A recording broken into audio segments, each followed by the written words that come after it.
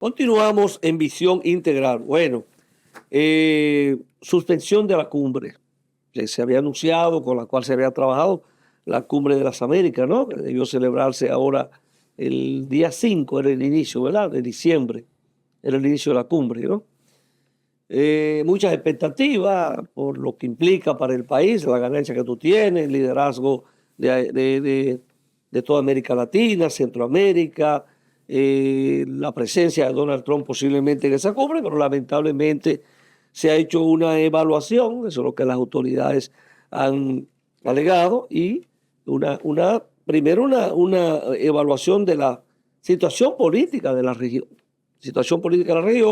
y luego lo que tiene que ver con consultar eso con los socios más cercanos. Y cuando hablamos de socios más cercanos, estamos hablando de Estados Unidos, que es el que tiene el mayor peso en esa cumbre. ¿Y quién es que propicia? Son los dueños de esa cumbre prácticamente, como tú dices. Instituciones que ya iban a participar, diferentes instituciones empresariales, instituciones que tienen diferentes roles en diferentes ámbitos de la región y eso, pero lamentablemente una gran inversión que ya se hizo, pero iba a ser una cumbre muy delucida, ya con la posición que habían adoptado algunos países de no participar en la cumbre. El caso de México, que por la no invitación a Cuba y a Venezuela había fijado posición. El caso de Nicaragua, ¿no? Y a Nicaragua tampoco. El caso de Petro también con una posición crítica, y podían surgir otros más. Entonces esa cumbre no iba a tener el impacto, ¿no?, que se quería. Se hablaba si Donald Trump iba a venir o no. La coincide con algunas actividades importantes, que luego de la FIFA el día 5 también. Y como que no había el momento, no era el momento. Algunos presidentes que cesan en sus funciones, algunas elecciones que hay que hacer, otro recién designado. Parece que se evaluó todo esto. Ojalá que hayan sido las razones por las cuales la cumbre no se va a celebrar y que se posterga para el año 2026. Bueno, se quedaron una chacabana ahí. Un espaldarazo, vamos a decir. Te voy a solicitar una chacabana. Un espaldarazo, vamos a decir, es la publicación que hace el secretario de Estado, Marco Rubio, en su cuenta X, vamos a decir, red social, en donde expresa el apoyo a la decisión del gobierno y que estarán enfocando un evento más productivo para el 2026. Pero hay cosas que se quedan. Una cumbre que no sé, pero ya tiene cuántos años sin celebrarse. De 2020 fue la última. Yo creo que fue en el 2020 la última. Yo pienso que fue en el 2020. Pero hay un mensaje que no se lee, pero también hay argumentos, porque hay que ver la situación geopolítica, sobre todo el abordaje que ha hecho Estados Unidos en el Caribe con el tema Venezuela y el requerimiento que hace y las entrevistas que ha venido haciendo el presidente de los Estados Unidos, Donald Trump, hablando de los días contados que tiene Nicolás Maduro. La presencia entonces, la militarización de una parte de una fuerza del Caribe.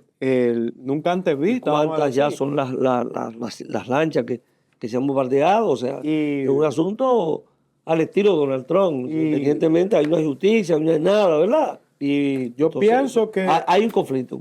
Que hay una situación geopolítica bastante complicada, que no se había visto en América Latina en los últimos años. Directamente coaccionando a que estas cumbres se condicionen según esa posición geopolítica. Yo pienso que por ahí anda el asunto.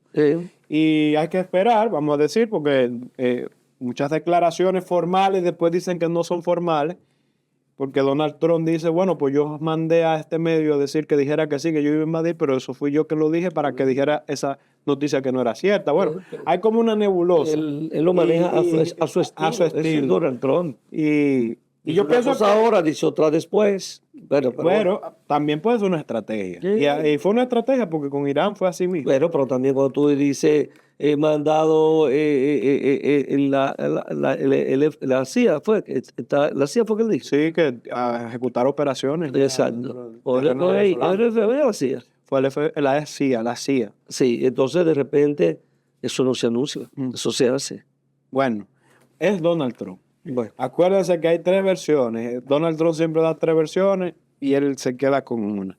Pero ahí volviendo a República Dominicana, no sé, una cosa muy preocupante, porque una de las cosas que se ha vendido es el tema de la justicia independiente. independiente, y Finjus emitió un comunicado hablando sobre la objetividad del proceso de elección de los jueces con Para relación completar, ¿verdad? al Consejo Las vacantes de la del Suprema Nacional Corte de la de Justicia. Magistratura, por parte del Consejo Nacional de la Magistratura, para Así comprar es. esas vacantes de la Suprema Corte de Justicia. Para suplir.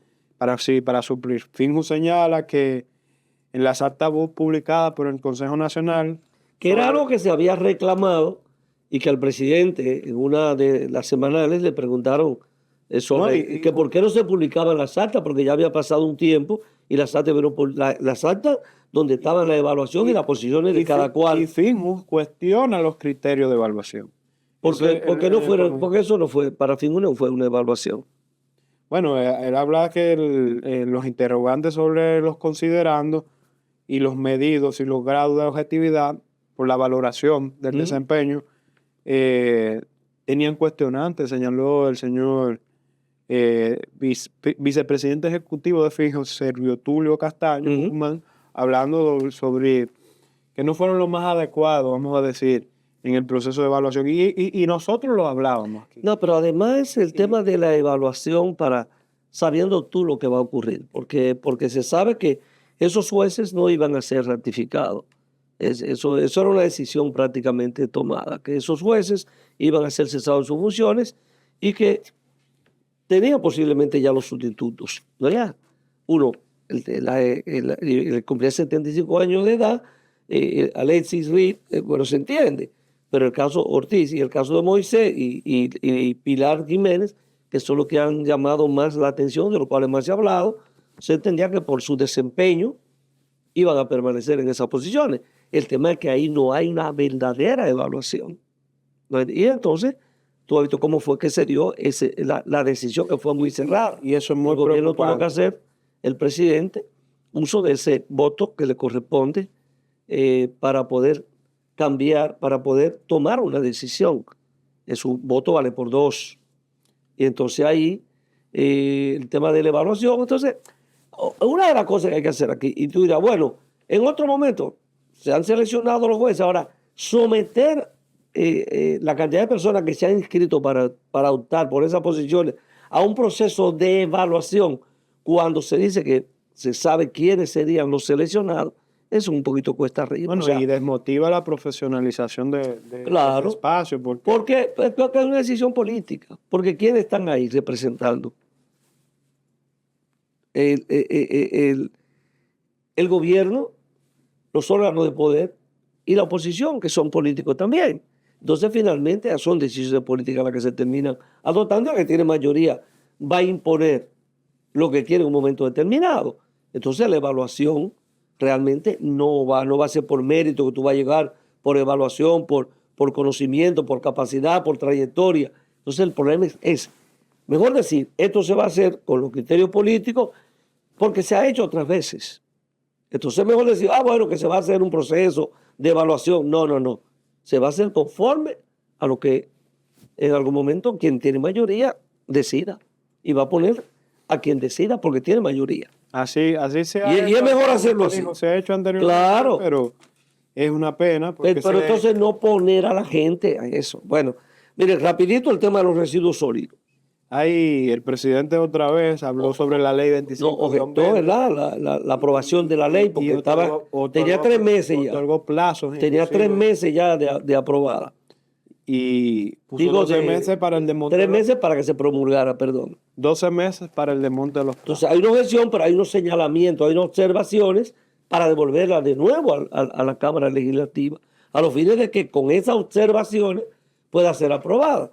Y yo creo que es interesante el hecho de 12 meses para el desmonte de los plásticos de un solo uso y el FON, que tú sabes lo que implica, y 24 meses para los platos estos que llevan la tapa y las fundas de la funda plástica que dan los supermercados, porque tienen que ser materiales biodegradables. Entonces, creo que es importante. Afecta intereses, la gente tiene que cambiar la mentalidad con el tema de los supermercados, que no tiene que llevarte 20 fundas plásticas para tu casa, acostumbrarse a un tipo de bolso de bolsa diferente. Hay supermercados que la lo han venden. implementado, que lo venden. Entonces es una cultura que tenemos que ir hacia allá y qué bueno que empecemos a reducir la cantidad de plástico y de foam que contaminamos el medio ambiente. Yo creo que es interesante. Y ahí, ojalá- ahí rapidito, que se nos están haciendo No, daño, hablar de la elección bueno. del alcalde de Nueva Comentar. York. Sí, sí. Entró el hombre, vamos a decir, Zohran Mamdani. Ajá, Zohran Mamdani. Entrándole a Trump, Bueno, hablando de la 34 migración. años, un tipo relativamente joven, demócrata, y viene con una línea. A mí no me gusta Dice mucho que esa un poco, política es más de izquierda, ¿no? de izquierda. Habla de gratis transporte, gratis atención. Bueno, Hay muchas cosas que hay que Bueno, ver si lo va a yo hacer. creo Pero que- él está hablando de que va a ejecutar lo que fueron sus posiciones en campaña. Bueno. Eso sería revolucionar todo esto. Hay que ver cómo. Y el tema entonces, el conflicto con los israelíes. Ahí, Israelitas, ahí, porque ahí, dicen que un antisemita. Y Y- entonces ahí hay posiciones, situaciones que y los posiblemente sectores del poder que sea económico interesante. son judíos. La mayoría. Así Hay que ver qué va a pasar. De todas maneras, para cerrar, el hecho de que no le fue bien al Partido Demócrata en estas elecciones, que no fue Digo, al no solo republicano. fue, digo, al Partido Republicano, que no solamente fue a la alcaldía de Nueva York, que la ganó sin problema, sino el gobernador de Virginia, de New Jersey y de California, que ganaron los demócratas. Pero son ciudades que son siempre demócratas. Bueno, pero Donald Trump dijo que eso pasó así porque Donald Trump no estaba en la boleta. Bueno. Vamos a ver qué va a pasar en Nueva York, que es una ciudad que necesita, Nueva York está crítica. que necesita que recuperar, porque lo que está ocurriendo en Nueva York, hay cosas que una son locura. bastante complicadas. Un ¿no? manicomio. La inseguridad Un manicomio. y el bandolerismo y todo en Nueva York es complicado en estos momentos. Vamos a ver.